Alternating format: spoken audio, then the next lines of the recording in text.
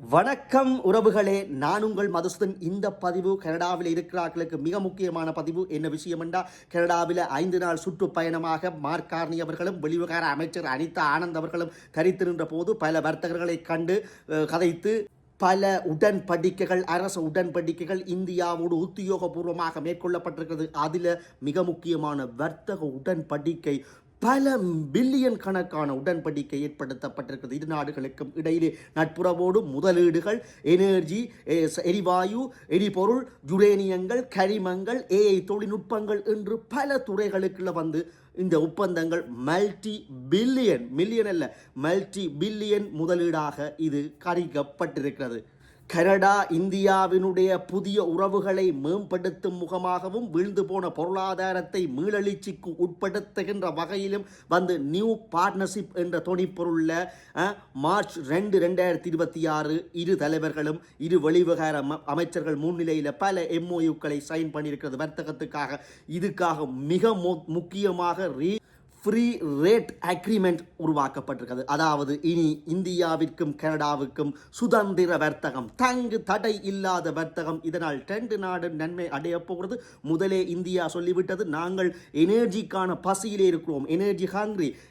Canada என்னத்தை தந்தாலும் வாங்குவோம் எனர்ஜி சம்பந்தமாக, என்று யுரேனியமாக இருக்கட்டும், அதாவது நியூக்ளியர் எனர்ஜியை தரக்கூடிய யுரேனியமாக இருக்கட்டும், எரிவாயுவாக இருக்கட்டும், எரிபொருளாக இருக்கட்டும், என்னத்தையும் தாங்கும், நாங்கள் எனர்ஜி ஹங்கிரியில் இருக்கிறோம் என்று சொல்லி அதுக்கும் உடன்பட்டார்கள். இப்பொழுது மொத்தமாக $5.5 பில்லியன் முதலிடப்பட போகின்றது இரு நாடுகளுக்கு இடையில். அதான் சொன்னோம், மல்டி பில்லியன் முதலீடு என்று இதைத்தான் சொல்வது.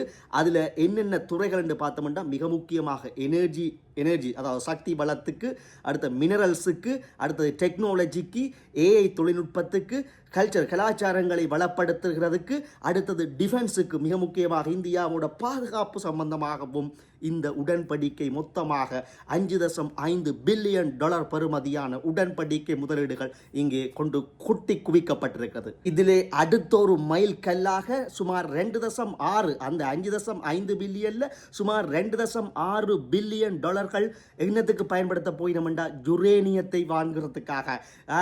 இந்தியா வாங்குறதுக்கு முதலிட போது 22 மில்லியன் பவுண்ட் யுரேனியத்தை எடுக்க போகுது. இதால கனடாவுக்கு நல்ல வருமானம் ஏற்பட போகின்றது.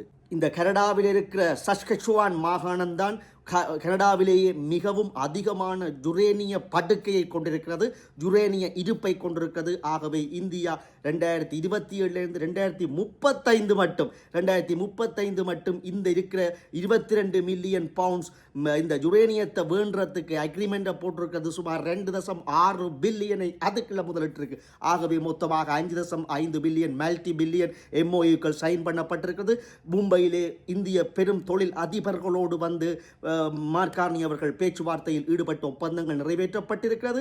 அதுவும் வெளிவிவகார அமைச்சராக இருக்கிற அனிதா ஆனந்த் அவர்களும் இந்திய வம்சாவளி, இந்திய மண்ணிலே நின்று பல பில்லியன் பெறுமதியான முதலீடுகள் இடப்பட்டிருக்கிறது. ஆகவே கனடாவில் இருக்கிற யுரேனியம் போப்போது, மினரல்ஸ் போப்போது, பெட்ரோலியம் போப்போது, எரிவாயு போப்போது, எல்லாம் இந்தியா இனி கம்பெனிகளை போட்டு மாகாணங்களிலே எடுத்து வேண்டி ஃப்ரீ ரேட் அக்ரிமெண்ட் நடைபெற்றிருக்கு. இதால கனடாவுக்கும் லாபம், அங்க இந்தியாவுக்கும் லாபம். ஆகவே இந்தியாவினுடைய கம்பெனிகள் இங்கே கால் ஊன்ற போகின்றன, வருமானங்கள் கொளிக்க போகின்றன. இதை எப்படி பக்கத்திலே இருக்கிற அமெரிக்கா, இப்பொழுது எல்லா உலக நாடுகளையும் அச்சுறுத்தி கொண்டிருக்கிற அமெரிக்கா பார்க்க போகிறது. அதைவிட மிக முக்கியமான ஒன்று, தங்களிடம்தான் அதிகளவு எரிபொருள், எரிவாயு இருக்கிறது. எங்களுடைய ஜிடிபி, எங்களுடைய வருமானத்தால் தான் கனடாவின் வருமானம் அதிகமாக இருக்கிறது என்று சொல்லி இந்த கனடாவிலே இருந்து நாங்கள் பிரிய போகிறோம் என்று அல்பர்டா பிரீமியர் டேனியல் ஸ்மித்தினுடைய இலக்கு நகர்வுகள் எப்படி போக போகிறது, அறிக்கைகள் எப்படி போகின்றது, இந்த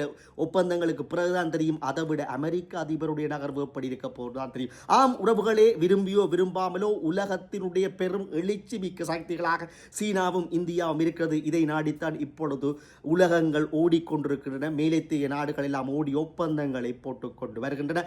அந்த வகையிலே சீனாவுக்குடன் செய்த ஒப்பந்தத்துக்கு அடுத்தபடி இந்தியாவுக்கும் மார்க் கார்னி சென்று ஒப்பந்தங்களை மேற்கொண்டு விட்டு இப்பொழுது ஆஸ்திரேலியா நோக்கி பறந்திருக்கிறார். கொண்டிருக்கிறார். அது பற்றி அப்டேட்டுகளை பார்ப்போம். பதிவு பிடித்திருந்தால் எல்லா அனலைஸுக்களாலையும் உண்மையான தகவல்களை புள்ளிவிவரத்தோடு அறிய வேணுமெண்டா இந்த எங்கே பார்க்குறீங்களோ சமூக வலைத்தில் ஃபாலோ பண்ணுங்க. குறிப்பாக யூடியூப்புக்குள்ள போய் சப்ஸ்கிரைப் பண்ணி பக்கத்தில் இருக்க மணியை பிடித்தாட்டி விட்டால் மணியான தகவல்களை புள்ளி விவரங்களோடு நுணுக்கமாக ஆராய்ந்து தரவேற்றுவோம். மீண்டும் சந்திப்போம். நன்றி, வணக்கம்.